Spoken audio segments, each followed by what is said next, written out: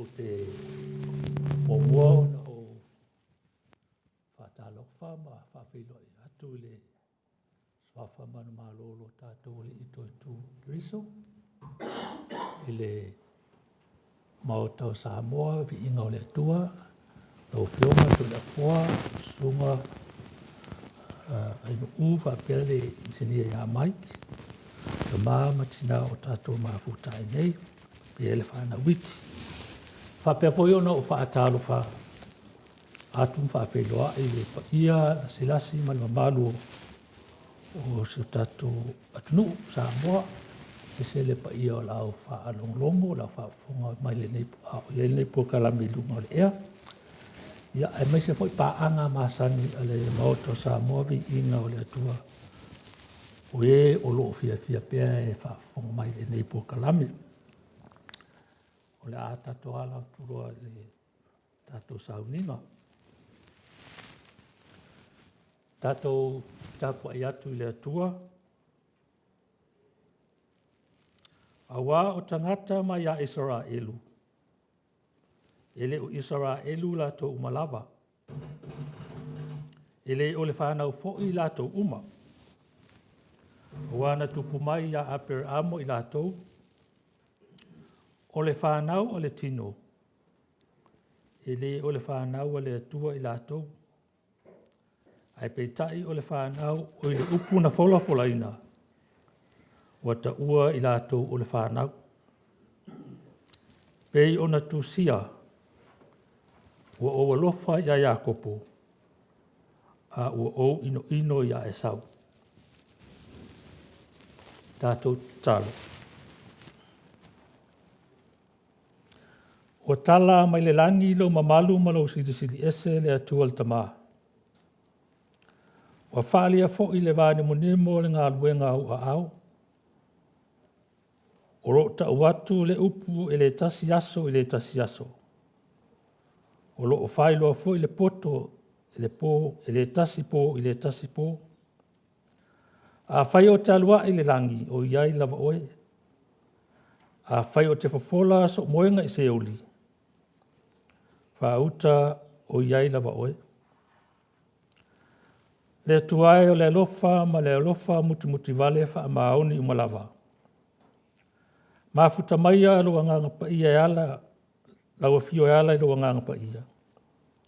Papati soina ma fa maina ma tu umata to tas. Na ia ma tu fa ia le nei sauninga ina moni ma fa maoni. Fa sili na pe le Viiga lo lava so fa ma. E ala ia i Kristo lo ma tu li i ma fa ola. Amen. Tato pese wa saunia.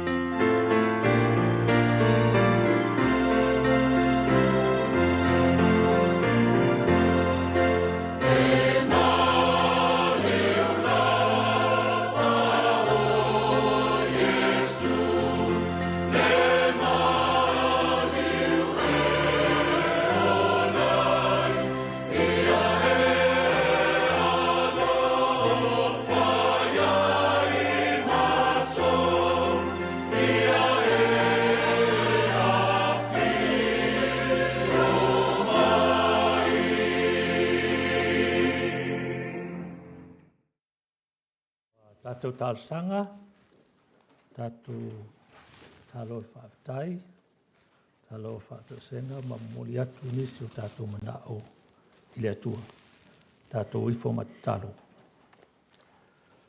Le toltasi pa iae le atua tamā le alo, le atua tamā le atua le alo, ma le atua le anganga pa ia.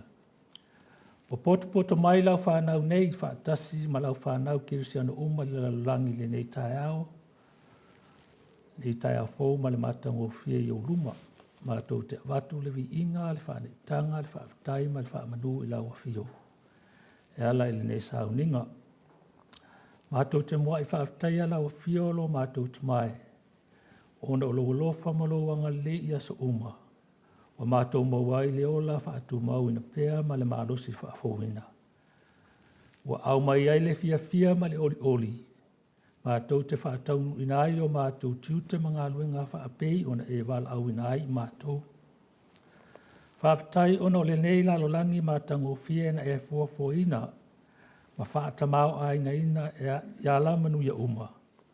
O alo mātou wola i lale tino.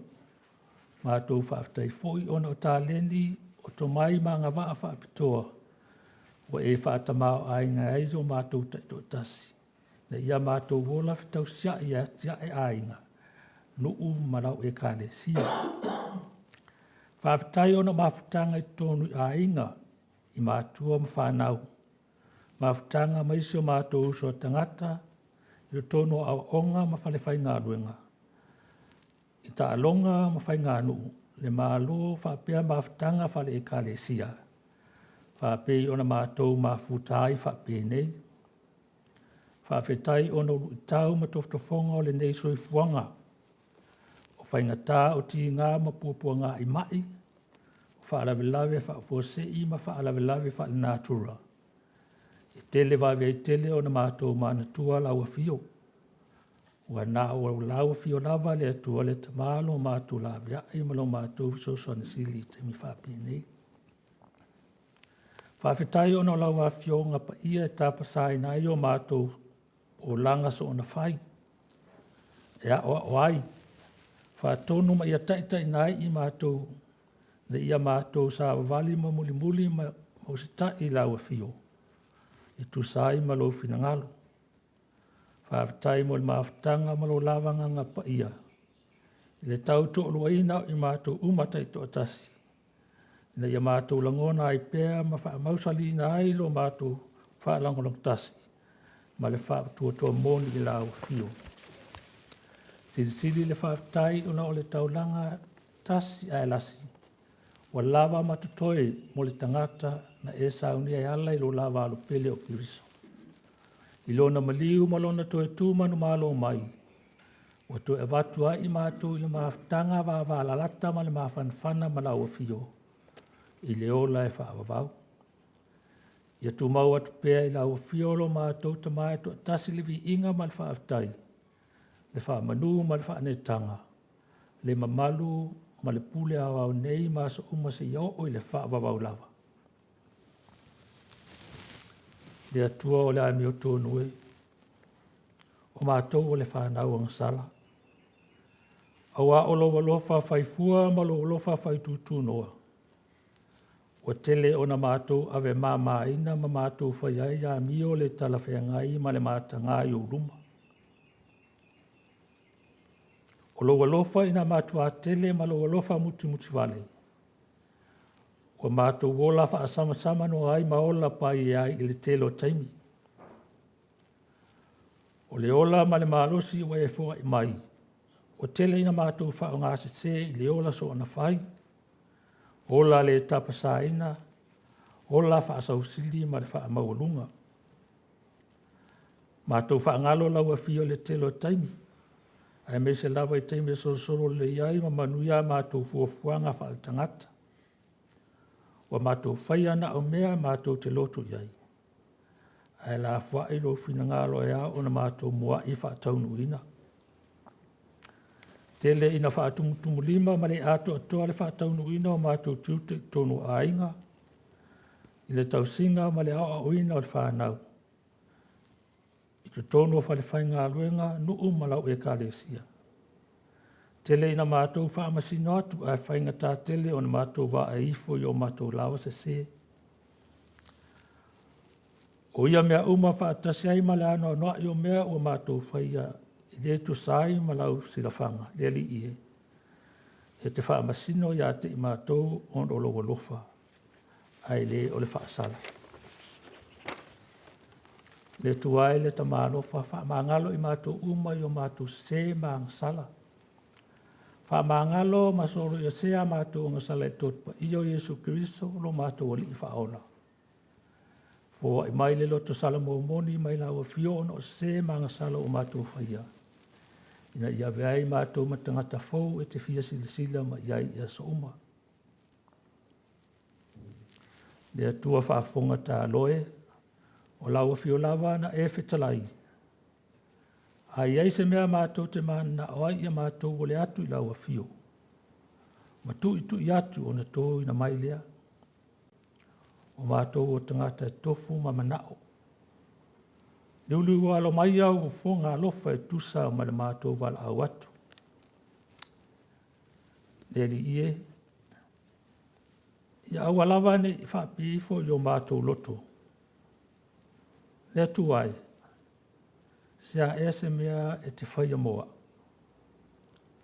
O lea e se mea e te whaia mo i mātou. Ia ave ese lea manatu whaapito ma te se ma i o mātou tangata. Ma lau whanau kirisiana uma le lalulangi. Ia aua lava. A ia mātou whesili ma mātou whaapeifo i o mātou loto. Sa e se mea mātou te whaia o laua fiolo mātou atua. O le na whaia i mātou. Ina ia mātou fōlinga ma winga whaatasi ma laua fio. Sa se mea mātou te whaia. Ina ia ngai lo mātou wola mo laua fio. Lea li ie. Tau ia ina mātou whaanongolongo ma le manino o e whetalai mai. Ina awa tu ia o tau e whaino umalawa mso. Ma papatiso atu le suafu le tamaa le alo ma le angapa ia. Ia o tau whawhanga ia o tama i māmoe. Whawhanga ia o lo fia ai. A watu sei puwai i le o lo fia inu. O le lava lava. Ia whapea ona o tau wanga le atu iai.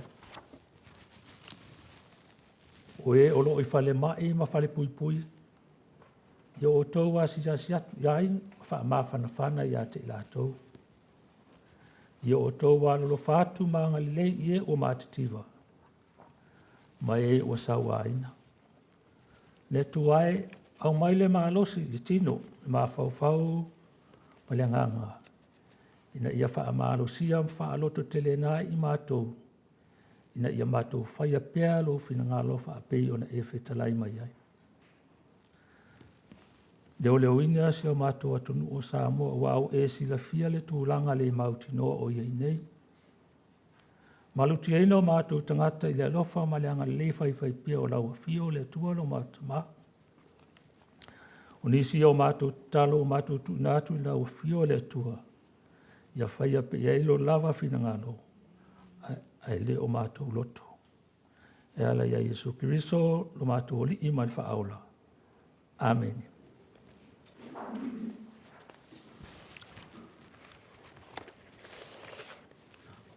O nā tātou pese o saunia.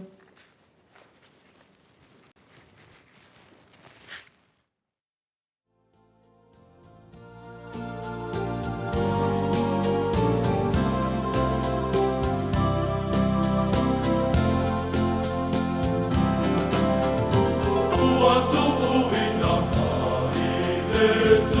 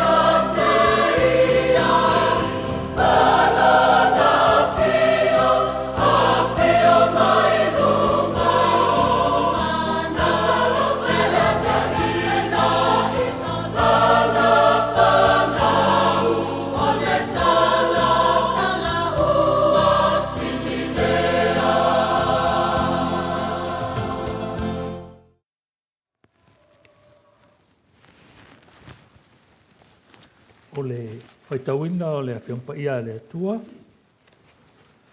O mai le tusi mai le whenga inga tuai. Mai tusi kenese. Ta o pue lofu lima, alona whai pue luas fu mai wha. Whangata mai le tusi fu mai wha. Kenese lofu lima. Whai pue lofu wha. Se yo o le tusi fu mai wha.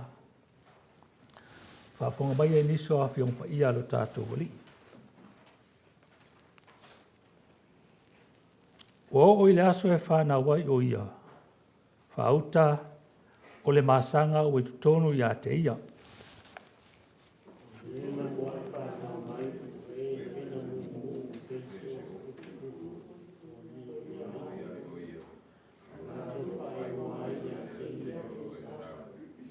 Muli ane ua whāna o mai eilu na uso.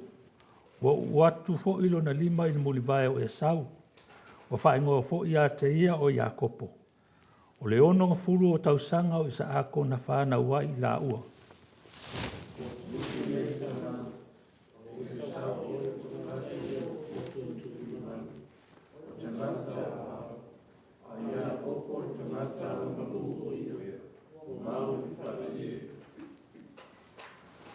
Na alofa isa ako ia Esau, o Rebeka na alofa o ia ia Iakopo.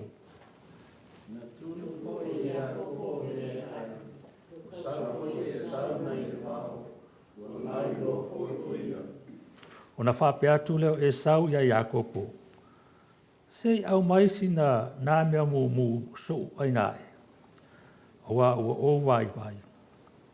O le mea lea ua whaingo ai o ia o e toma. Ona tai mai leo Iakopo, whātau mai a tia o tōwhinu o leo tuatua i nea sonei. Ona whape atu ai leo Esau. Whauta o le a o woti. Pe seale au ngā le ni tofi o le uru matua i a tea. Ona tai mai leo Iakopo, nai tauto mai lea tia o lea sonei. Ona tauto a whai leo ia i a te ia.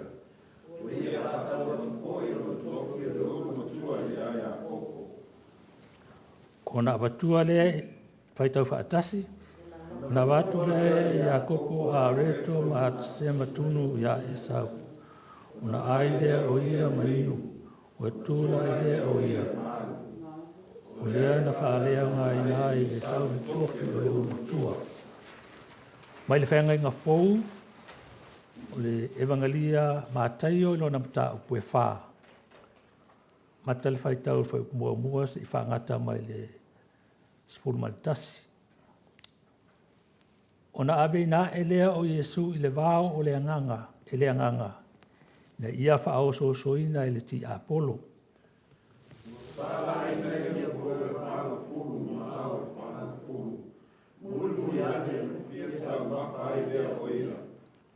O nā luane lea ia te ia o le whaao soso. O whapea mai. A whai o oi o le alo le atua. I nā whetala i atuia. Ia liu a rito nei maa.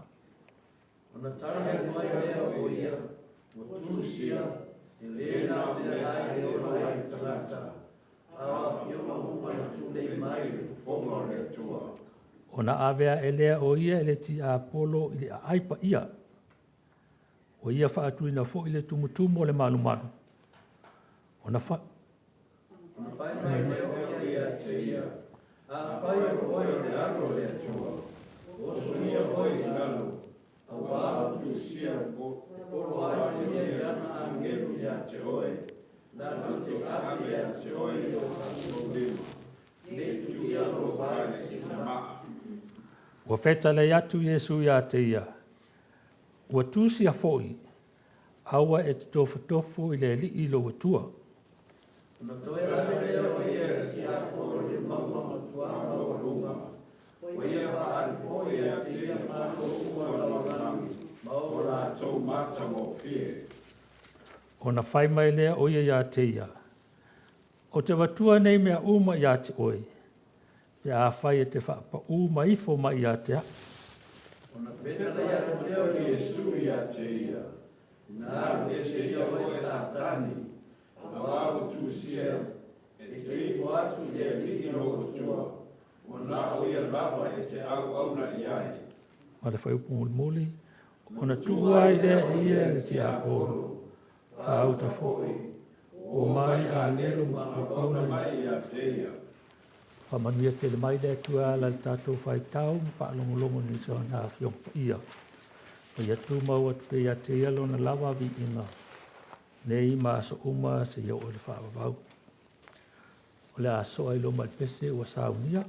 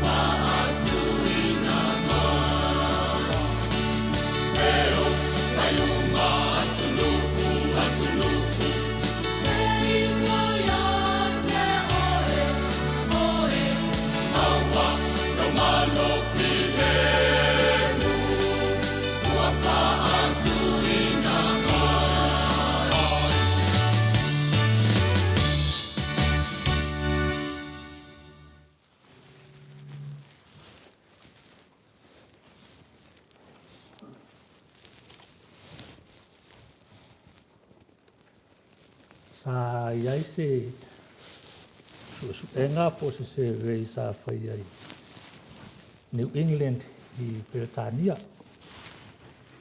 O lea suenga sa whao mo pupuina e whai au o le lotu Anglikana po Anglican Church. Ma o ni fesili po ni fesili sa la walunga le suenga lea. O le amoni a se la unga e pito isili o na fia e tangata e whalongolongo i la sa.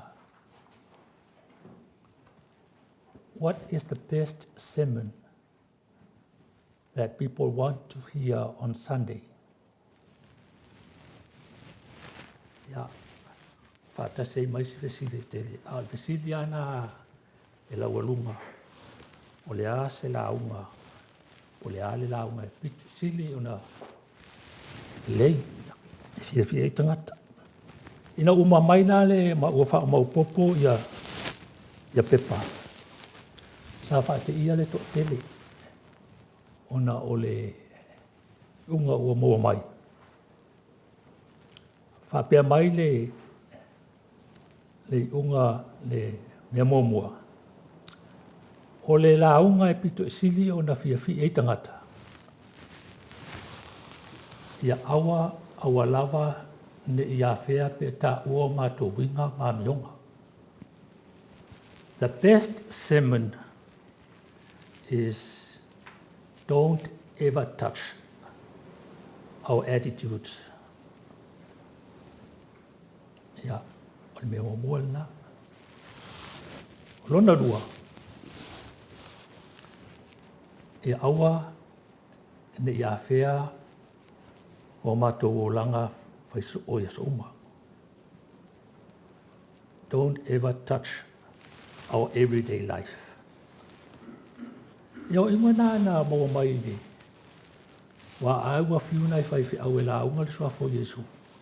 Ia e mai atu e whai maari atu atanga talotu. Ia o na whai lole o su enga lea. Ia mamau ai. O le la unga e pitu i sili na fia tangata.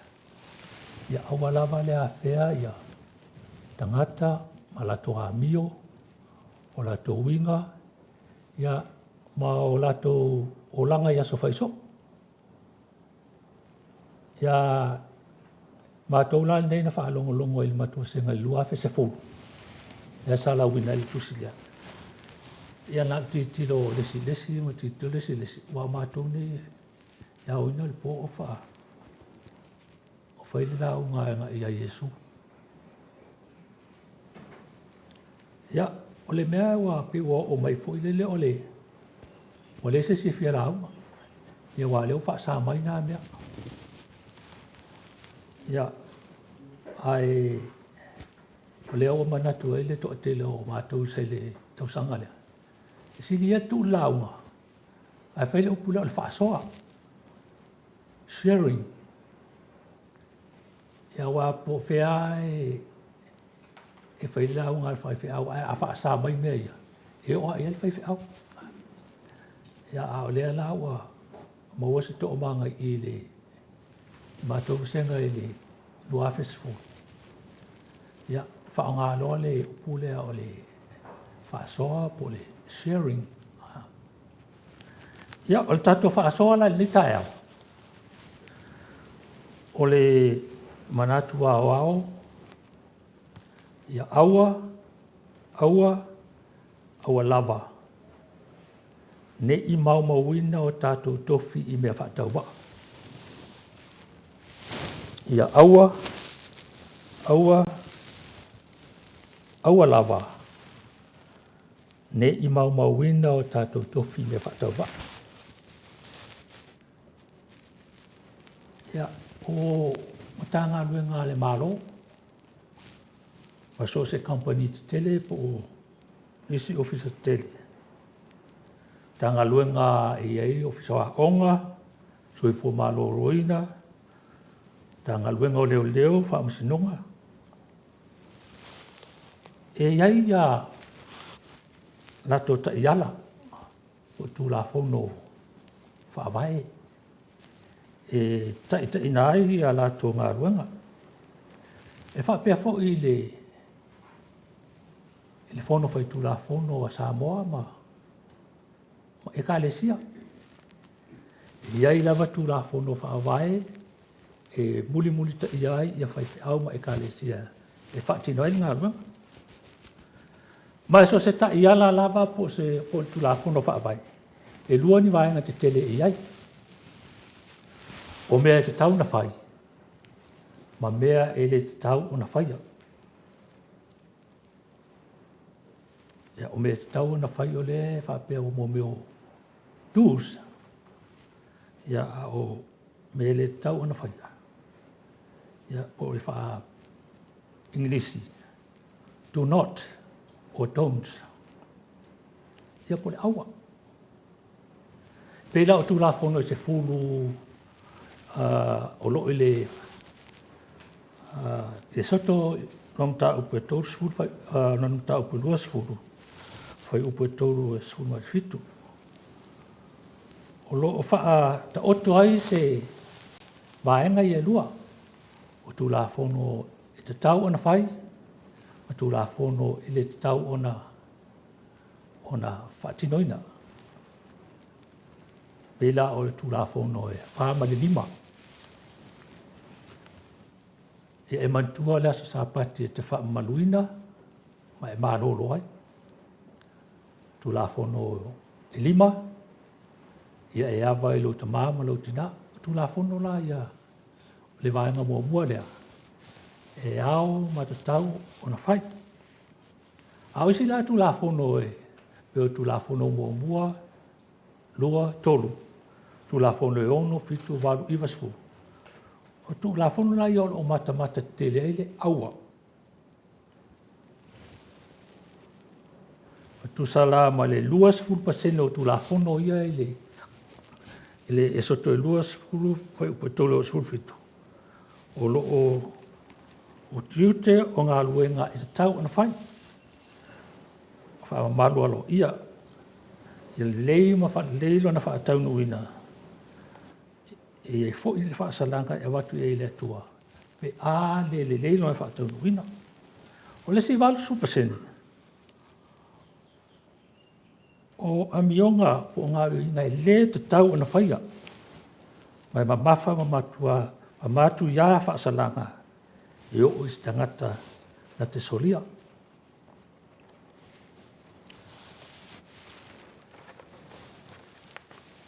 O te manatu o le finangalo le aua o le atu e tusai ma le whaanga ina o le upu aua i antu la fono. Ina ia le tutupu mai nei mea whaapena. Ina ia le tutupu mai nei mea whaapena. Lona winga. E matua ili tata ma musu fofongo o le di. Pea tutupu mai ni mea whaapea. E whaasa. Pea sa tapu. O tu la fono fo ine se fulu o tele o na whaua i tu la fono ta i ala po tu la fono whaavai tele o malo o laulangi. Ai mai se lava i malo kirsiano. Ia, o lea po tato whaanongo o i mai tu la fono ale. Sunga ia tu ia epa male. Ma le vāiang whaupwai le chapipi. Ia aua lava ne i tue tūla i mai se mea whaapia i le numanai i le chapipi.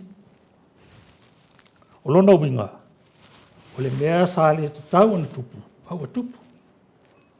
O le wafo i lau toe whaupopo ai ma le nitu la fono i le ta iala le chapipi.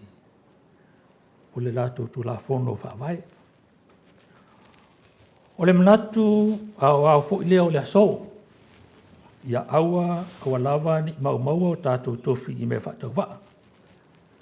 O le wha manatu, i le o se mea fau le anoa i o tangata ua mau o lātou tofi. I mea le au ngā, mea le tāua, mea whatau waa. Manatua o tātou tofi o tātou wala awina, o se whaamanuianga po se privilege mai le atua mo se tangata. O tātou wala awina e le o se mea whaafwaweta o na whai. Me whātua awatu ia te oe le atua nei o e matua o e tala wau i mai au le lei. Le ai, e te soifua e lava ma o lai. O lewa o na whilwhilia ma tō whia oe ma ue le tua i mea tā te ngāruru ai. Mai ia le ironia mua mta upu e lima, whai upu e lima.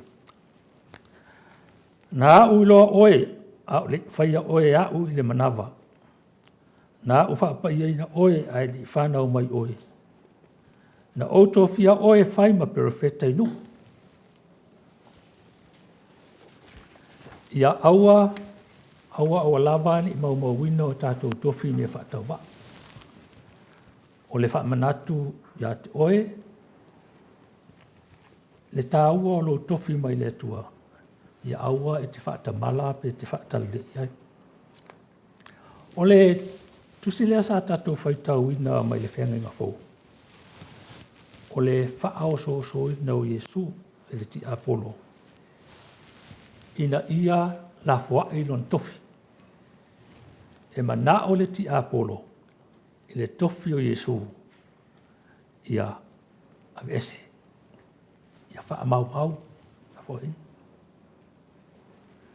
E le mata upu tolu, whai pu sulfitu le maa. O loo tusi ai le baptiso ina Jesu o Ioane, so whai upu muri ia, so o longa le mata upu whale tatu whai tawina. O ina, na whaalau loa alo i ai e le atua e le lalulangi. O Iesu o lona atali. Mātai o tolu, whai puesifu fitu, whai muli lea, whaau ta fo'i. O le si ufofonga mai le langi wa whapea mai. O loo atani i pele le nā, o te fia lawa i a te ia. O Iesu wa avea matali i o le atua. O Iesu o le alo po le sulimoni o le atua. O le sootanga wa la lata le nama le mausadi o le atua ma Iesu. Le ua whaailoa mai e le atua i a te tātou ma le lalulangi. I le whaai unga o lona baptisonga. O le tofi le nā Iesu. O Iesu o le alo o le atua. Ia na umalawa le baptisonga. Awe saolo mai Iesu e whaasoso ina. A mata i le whaala ina i le whaasfulu aso. Whaasfulu aso le eise ai, le eise inu. Ua matua vai lava malai loa le li. Ia alua ne loa maliti a polo. Whaasoso ia Iesu. Ia o le tala o tatou masani ai. O le tala o tau silafia uma whaasosonga no ia Iesu. E tau winga Iesu ma le ti apolo. Po aia manu malo. Mua whaasoso me ai. Wa o le vai ngā mua le o le tangata. E langona o lo le vai. Ia o so lo i fia ai. Vai ngā mua le nā tangata. O lona lua. O le fia au auna. O le fia vea ma au auna. O lona tolu o le whaasoso ina Iesu i whaatu. Ia o le tuafia lola ia o ia ma pule.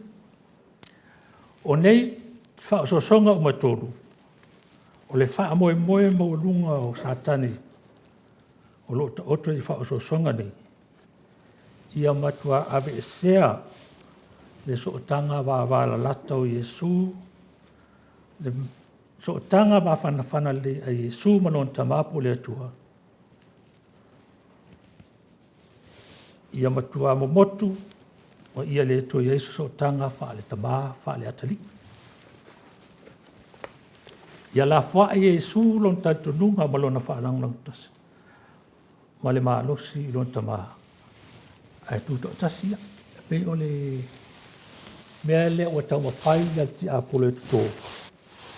Ia tuto le masalo salo. Tuto le mautinoa. Ia Iesu, le mafafo Iesu. Ina ia whapea Iesu. E moni ia le mele na whai meile atu ia te au. O lo uata li pele le nā. O te fia lawa ia te.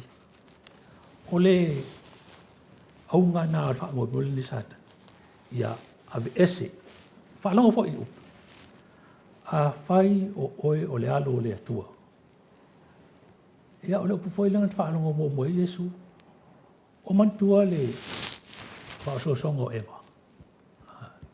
E le o iai lala a whai o oe o le alo. Ala o iai upu fo i e. E moni ea. E moni ea na whai mai le atua e sa ona loa.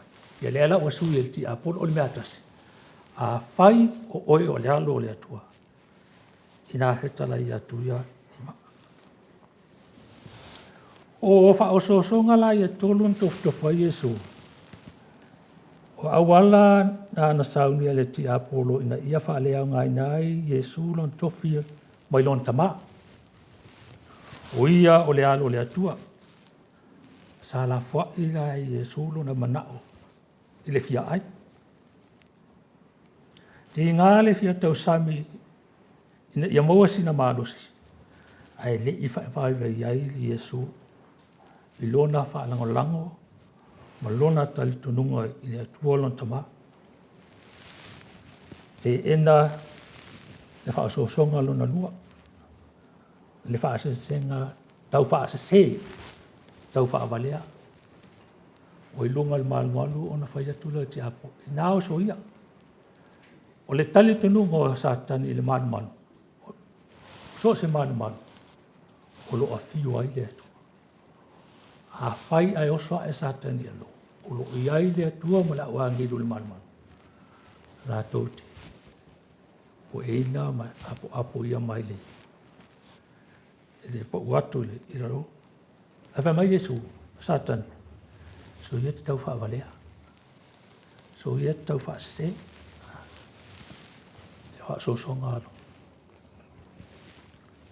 O lona tō. O lo sila fia le lei e Yesu, Satani. O vai ma. Lai loa le i whāsuru, aso whāsuru o le ai. Ia ona saunoa, ona whailai e te aporo, vai.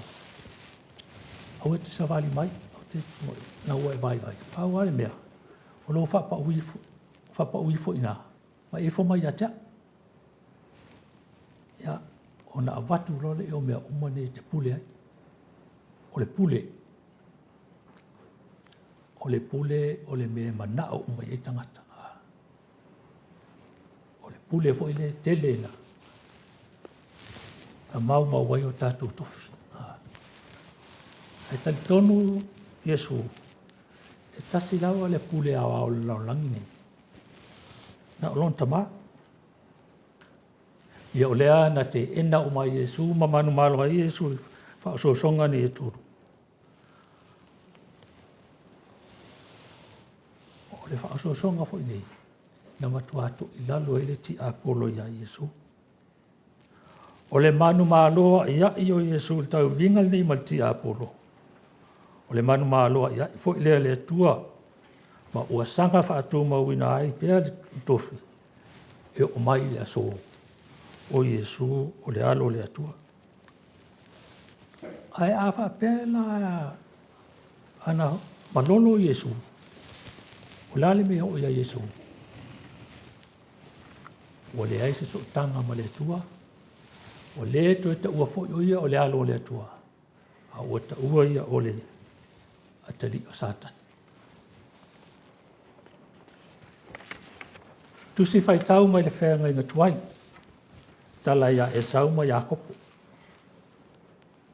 Sau e sau mai le vau o matua langona le vai ma le fia ai.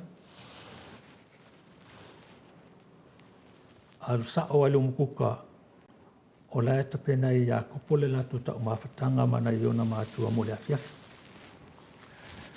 Asasala le manongi o le kuka Jakopo i le mea o a ngai mai ai e sau ma whaasa'o atu roma e sau i mukuka mwhai atu i Jakopo. Se a mai lava sina mea le nā le so ai. Au mai le mea mumule nā o te vai atu iai. Ia tuulo i Jakopo le mea ai i mawholfola masawari anlo ia e sau ma le mea ai. E tautango mai e sau e abatu le mea ai. Ia e se i Jakopo ma whape atu. Le ai, whatati. Whatau mumua mai lau tofi o leo le matua i atea. Ia whatua o watu ai leo le mea ai maa oi. Ia, whape aloa ia e sau. Whauta o le a woti. O le ase au ngā le nei tofi mo le mutua i atea.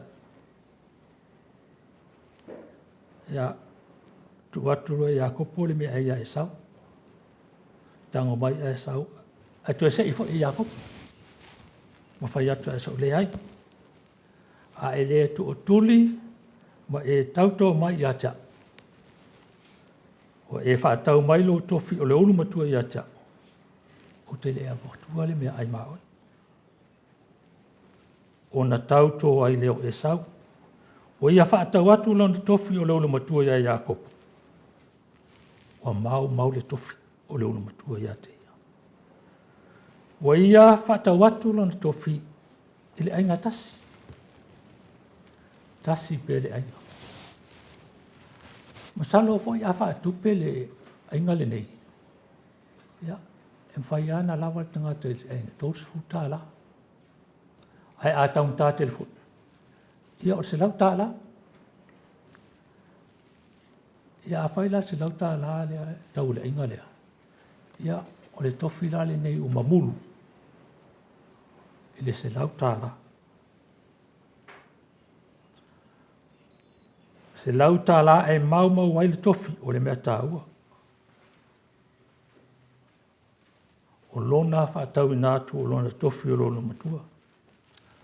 O lona winga, ua whaatea e se ina e sau ia ma le atua. Ma tu lea po i whao sosonga i Yesu. Na o ma le lei o pipi i le leile so tanga nei e le utana. E le ta. E le i pia o whaatea te e sena. A o i le mawhitanga sa i le atua ma e sau. Ina ua whaatau atu e sau non tofi. O ina na amata lo na te a le atua ma e sau. Ua wabai e se ina o ia ma le mawhitanga o le so tanga wha le langi ma le atua. Ia o ma le langi. A se tatu tanga i fola i le tono ai. O le almea e sau le o whai tono lai. O ai mua. O tu maanga wha Israelu. E tu tusa le ma le wha Samoa. E sa o na ai mua se tau tua. O se tasi o le whanau. Ai le tau se sami. Mātua. Ia le melea. O mua ai e sa o ilonguka. Ia talo whai ngai mātua. O toi ai ngā e sau ia na toi me aia. O le na awe tau sami ai. O nono o whai la.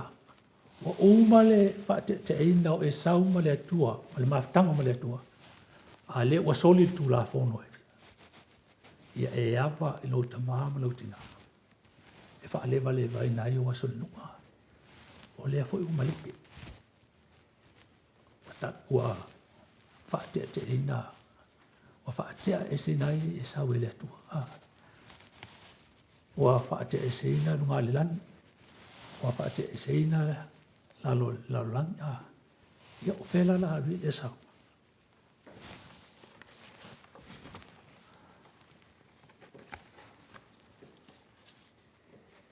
Talu ai la ina ua motusia le so tanga o Yesu ma le atua.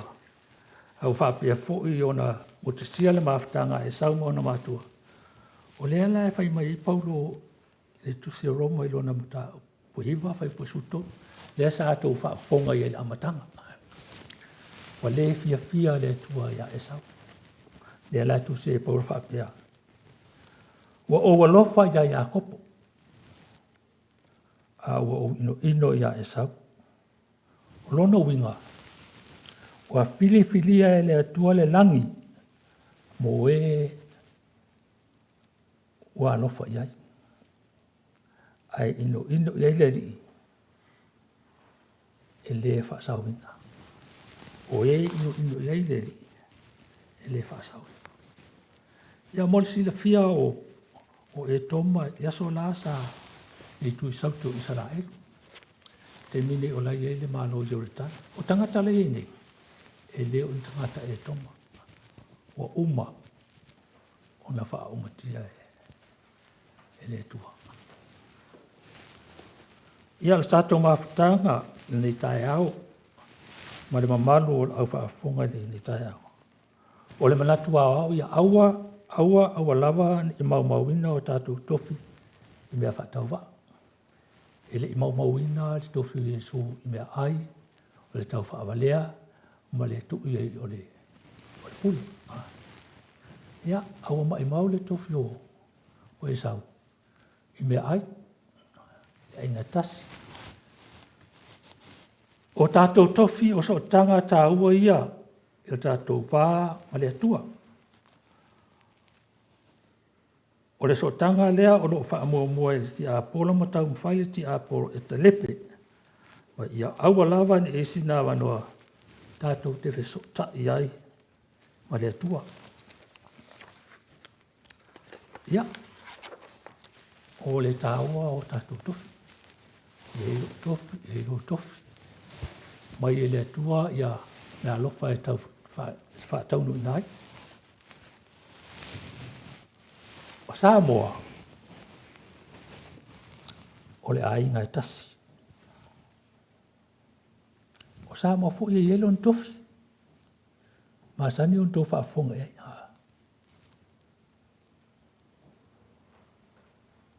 O Samoa i elo on tofi po lona so tanga maleli. Mai le amatanga. O le ale tofi o le atua. Le ale tofi o Samoa mai le atua. E whaavae i le atua Samoa. E pe ia ole o Yesu o le alo o le atua. O le ale mea ua tupu i le tofi o Samoa.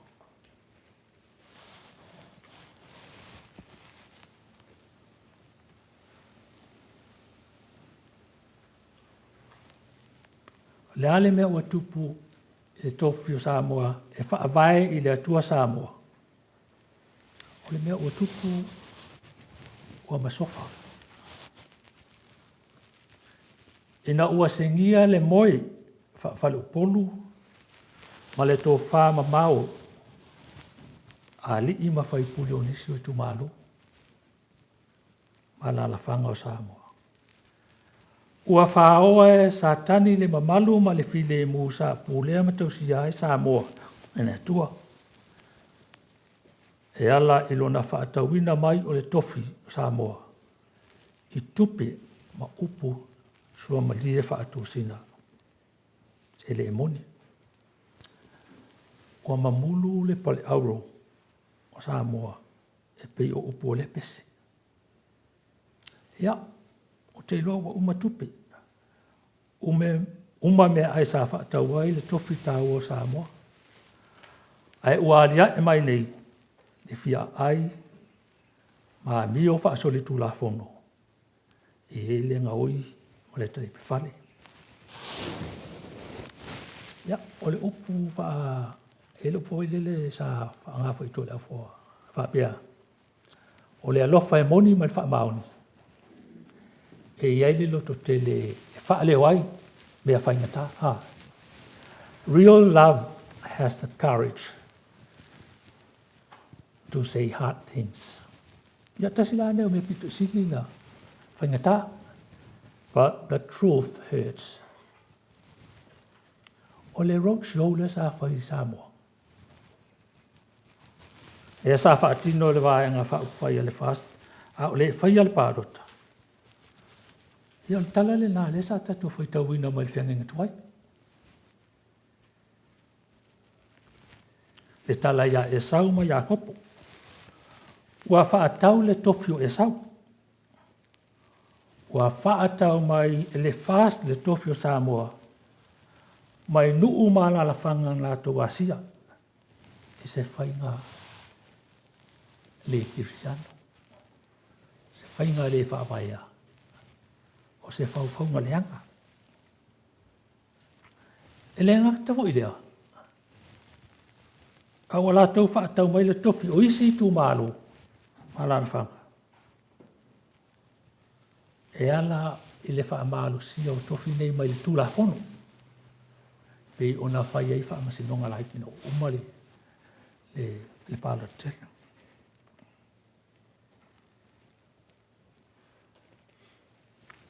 O te tali tonu e to tele nisi o lo wha whonga mai mwhapea. E le te tawa e whaiwhi au la, to se whaiwhi au.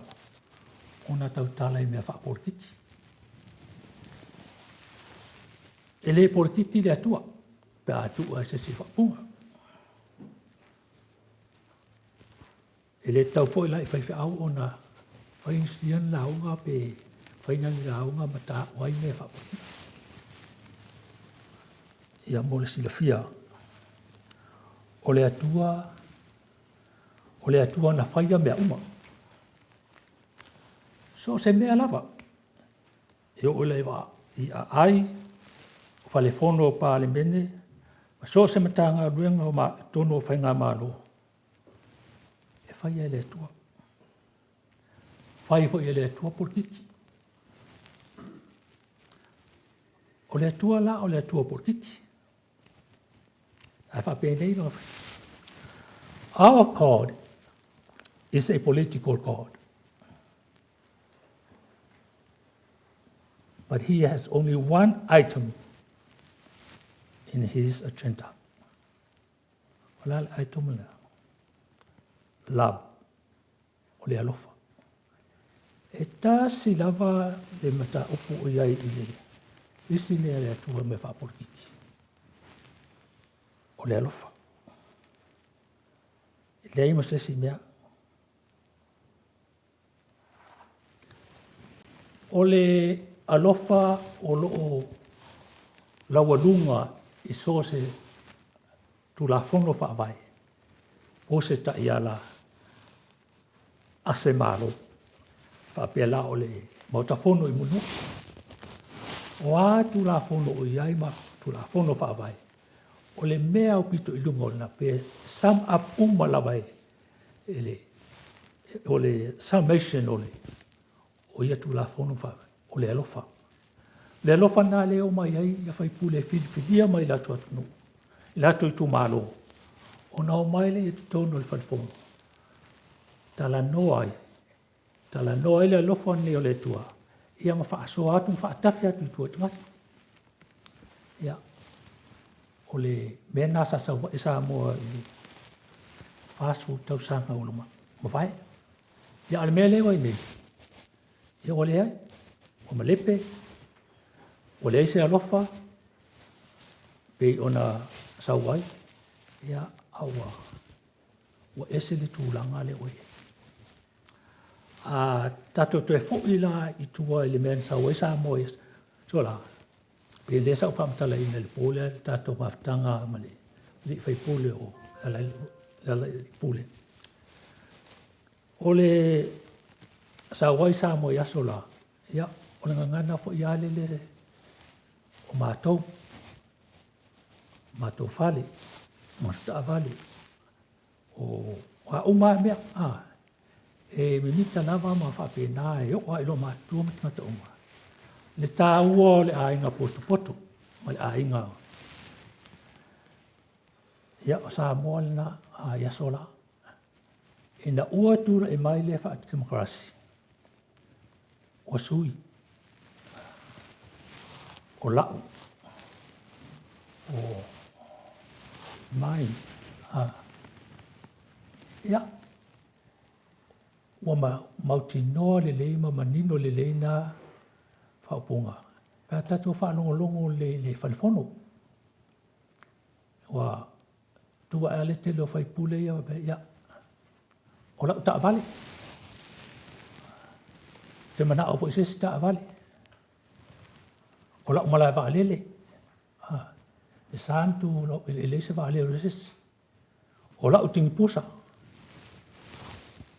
O lau pāti. O le ngangana la le umu ni Samoa. Le uma lipe ia tatou. O ave e sea i male tofi o Samoa. E whaavai i le atua Samoa. Ia, au whaafonga mai Samoa. O le mea ua whianga i nema Samoa, whaapesanga i nema Samoa, ua matua pangati alawa. A le to e fo i Samoa e to e fo le leia ia whaafita aulila, tu punga mai tu tonu ainga. E le to e moa se maupo. A le to e fo i Samoa e to e whao maupopo ma whao laola tu whaale nulu, whale atunu i matai ma whaipule. E le to e le Samoa.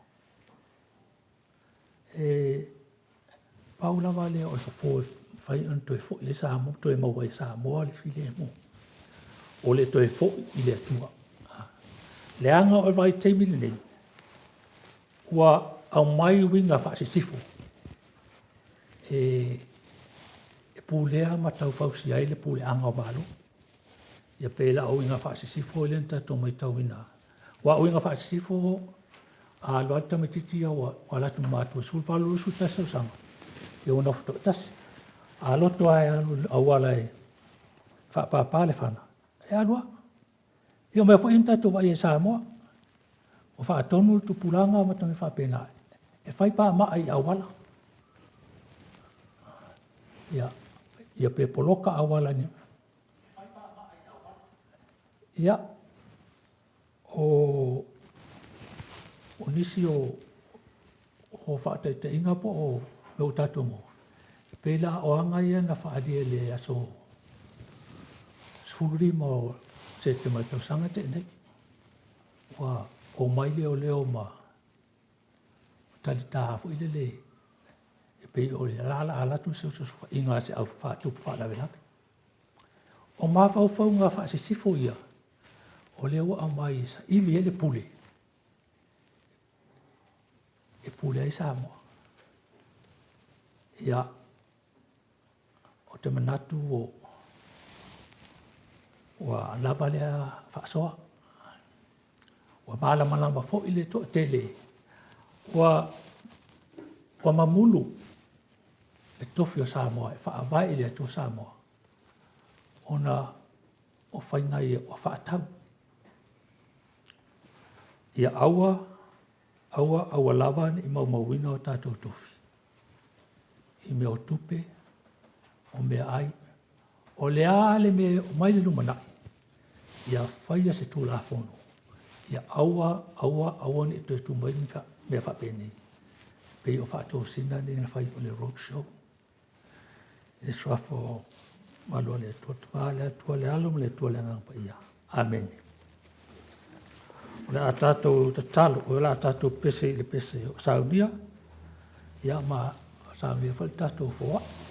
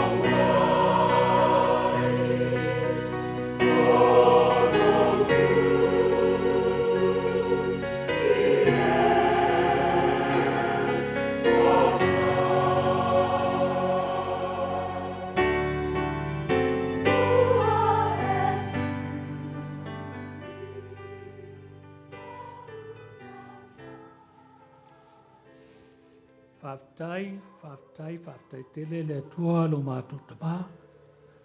I le taulanga wa lava matutoe na e saundia mo le whaola ina le tangata. Na e saundia e ala ia Jesu Kiriso lo mātou li i ma le whaola. O nisi nei o tupe na e fua i mai tau sei lo mātou wola i lale tino. Wa mātou toe fua i atu. Whaatase ai mau mātou tangata ato atoa. Ina ia whaonga ina pia a wala o tala lei. E ala Jesu Kiriso lo mātou li i ma le whaola. Amen.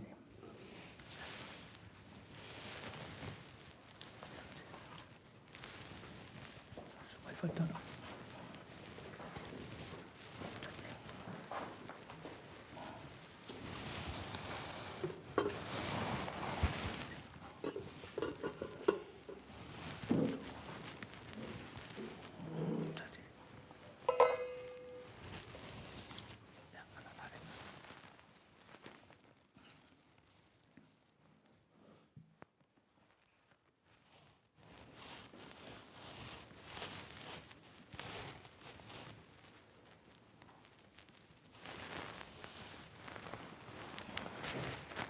Le sakalameta o le whamantunga.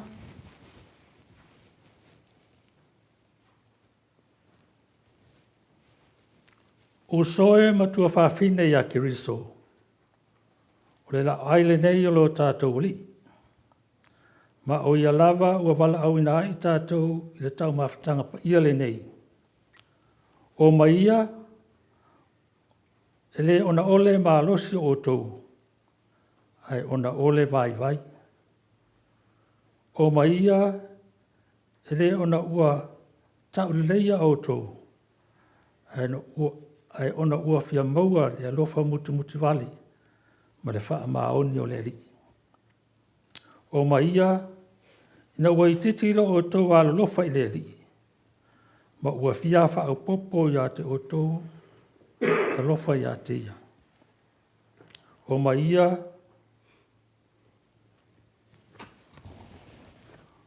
ona o matua alofa ia te o tou. Mo watu ina atu lona lava ola mo o tou. O le whatonunga o le tasua wa ia alo tātou li.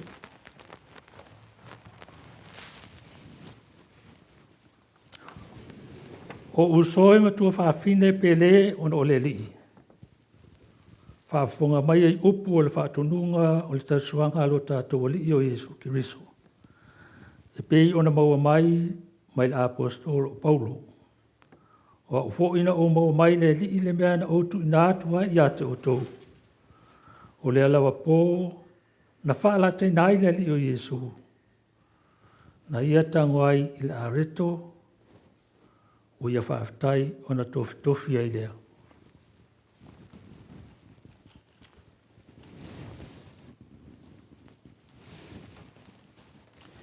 Ina tangoia, ina ai, lo tino le nei o tofi masui o tou. Ia o tou whaia le nei mea ma whaamantunga ia ta.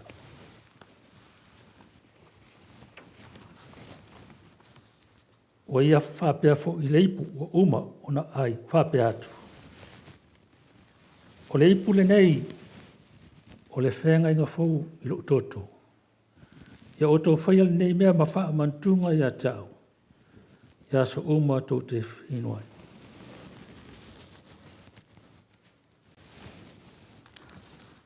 A wā so uma tō te ai le nei areto, ma whenui le nei ipu, o te whaeloa atua ile ma liwa le li, se ia toia whia mai o ia. La tātou whaaftai le atua ona o ana mea alofa uma wa ia tātou. Ai meise ona o le nei ana tāua o lona alofa tūnoa, o saunia lea ia Jesu Kiriso, o le sa maliu ma toi tū mai, ma o loo soifua mai pea, o ia fu ilea o loo whaatasi mai nei, ma ua fua i mai ate i tātou le manu ia sili, o le au mainga lea o tātou tono le maafutanga alana e kāle sia, la tātou talo. O mātou tu inatu le whaafutai lau a whiole li ia le tuma pa ia, Le sili e se le atua e whaavau. Ona o le na whai le langi ma le lau langi. Ma mea uma o iai. O le na whai le tangata i lo lava whaatusa. Ma o e lofa mutu muti vale i ate ia. A toa ma mea uma na e whaia. O mātou mana tua lo walofa. Awa ina wa te ese le tangata mai la o fio ona o lana ngasala. Na e sa ili atu i ate ia. Wa mātou i atu i la o fio wana e whetalai mai isi ufonga o perfeta. A e sili lawa i mea uma. Ina ua o atu i le wha atoanga o tausanga. Sa e whetalai mai ate i mātou i lo walo. O le ua winga wha atasi matangata. Ma maliu i lunga sa tauro. Na ia lawe ina i mātou. O le na whaia ia mea uma i le tauranga o ato o tua o lei. Ma o lava o le angasala la lulangi. O le na whaatuina le saundinga e whaamana tuailo na maliu tāua. Na ia whaatono mai fo i lantala lei. Ia mātou tausipe iai. Se o ilona toe tō mai.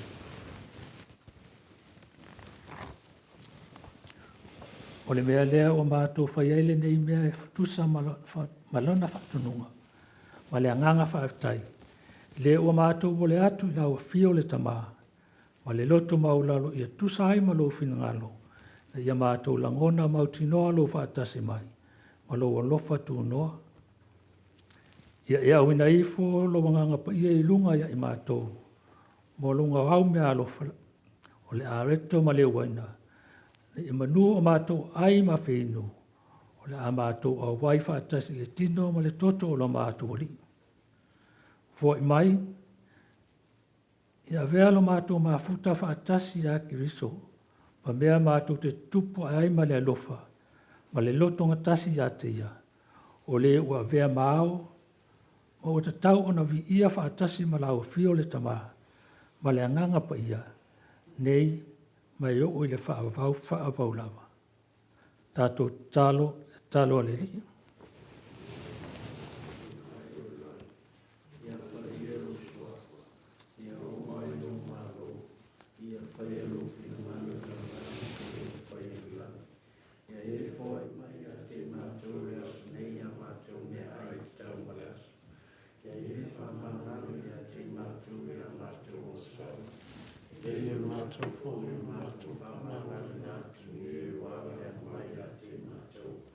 Au foi te ina i mātou i whasuso. A e la rea ia i mātou wai lea. Wai o mā o mana. A tōma i ika i whamara. Amen.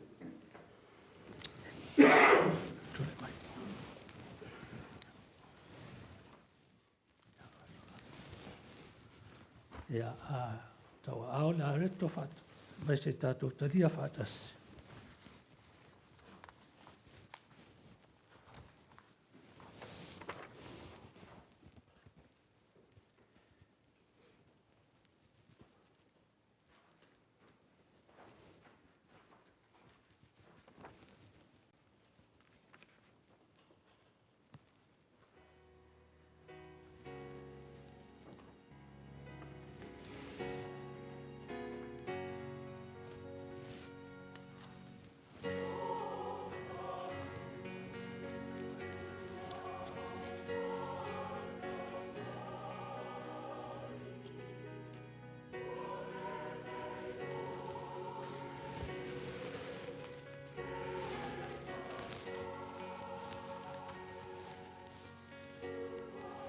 Nā tango ia ina ai. Lo tino le nei ua tofi masui o to. I o tō whaila nei mea ma wha mantunga i ata. Mani alo.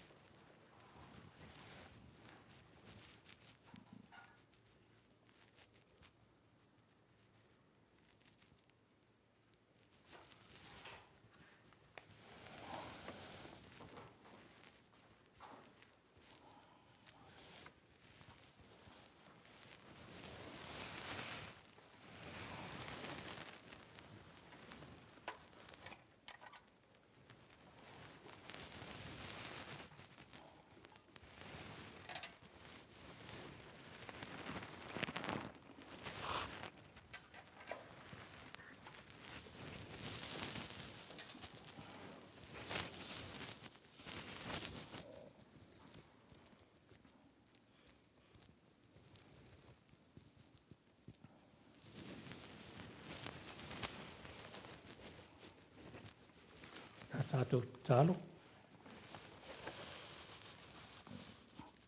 Le tuwae o le alofa tūnoa. O toi whaafawina o mātou tangata i rola ai le āreto o le ola. A ve ia nei mea alofa o le āreto ma le waina. Wa mātou ai ai. Ia sanga whaamalosi ai le alofa i tono o mātou tangata. Na ia mātou au nai i lau fio. E ala isi o mātou usua tangata. E ala Jesu Kiriso lo mātou li i male whaaula. Wa mātou tatalo atua i ni lava. Amen. Tātou whai ule pese, sau iau.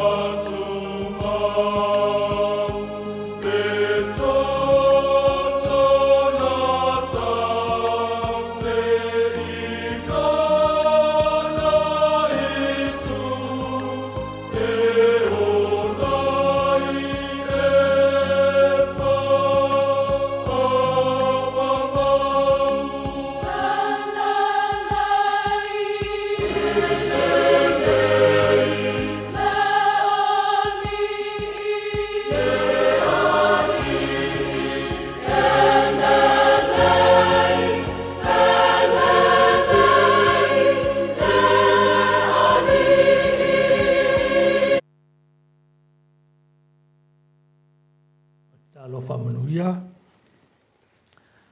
o le file mo fo I mai le atua, o lo sitisili lava I mea uma e manatu iai, e leo leo inai o tō ngā whauwhau, I le poto ma le mawhauwhau o le atua, ma lo na alo Jesu Kiriso lo tātou wali I le malmanuia o le atua sitisili ese, le tamā ma le alo ma le anganga pa ia, ia ia te oto pia lava ia su uma I le aunoa. Ameni.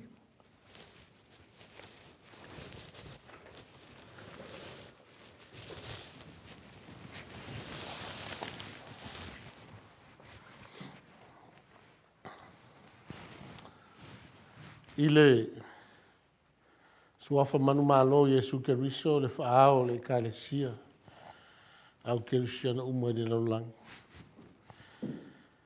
E whailo leo whaatau wa ma fionga tau mori o le paia le ekalesia ma tau te toi o whalofa ma whaatalofa whaafelo ia tuai lau sunga le tatou tofi le nei tai au lau sunga le tamama lo waiumu poleka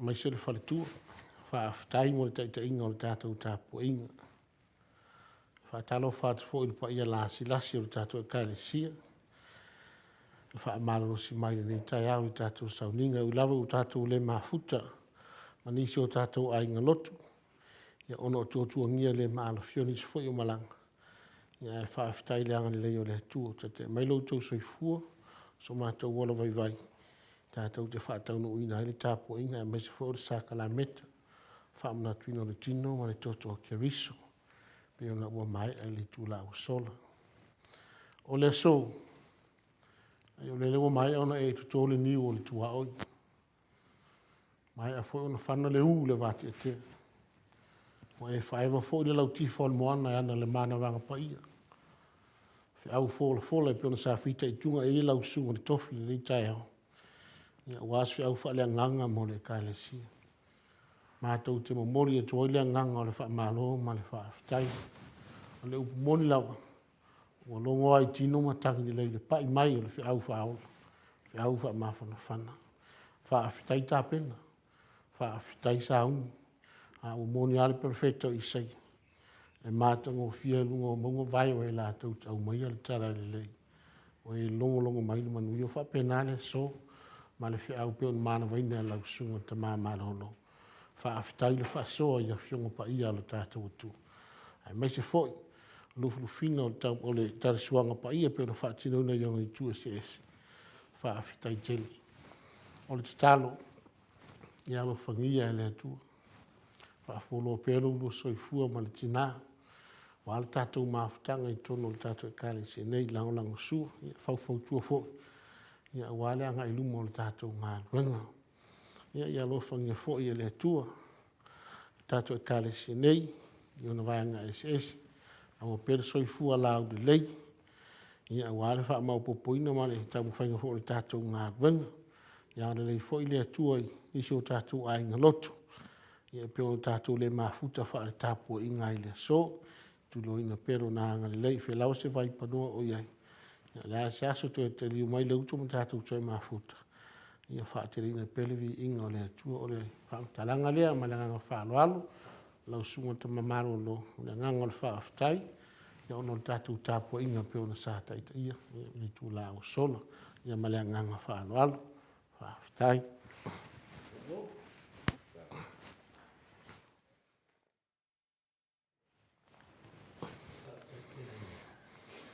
sunga whai whiau le Maota nei, sunga e sau, tai lawa mo whamanianga, ili e masau sarupu i, nei tangata ma le tina e nei, whamanianga o au mai. Ia, paula mātu, talo, ia, sanga fōa i pe le tua le malu tino, whawhau ma le anganga i lau sunga, ma le tua, ia whapea fō i le mawhtanga nei.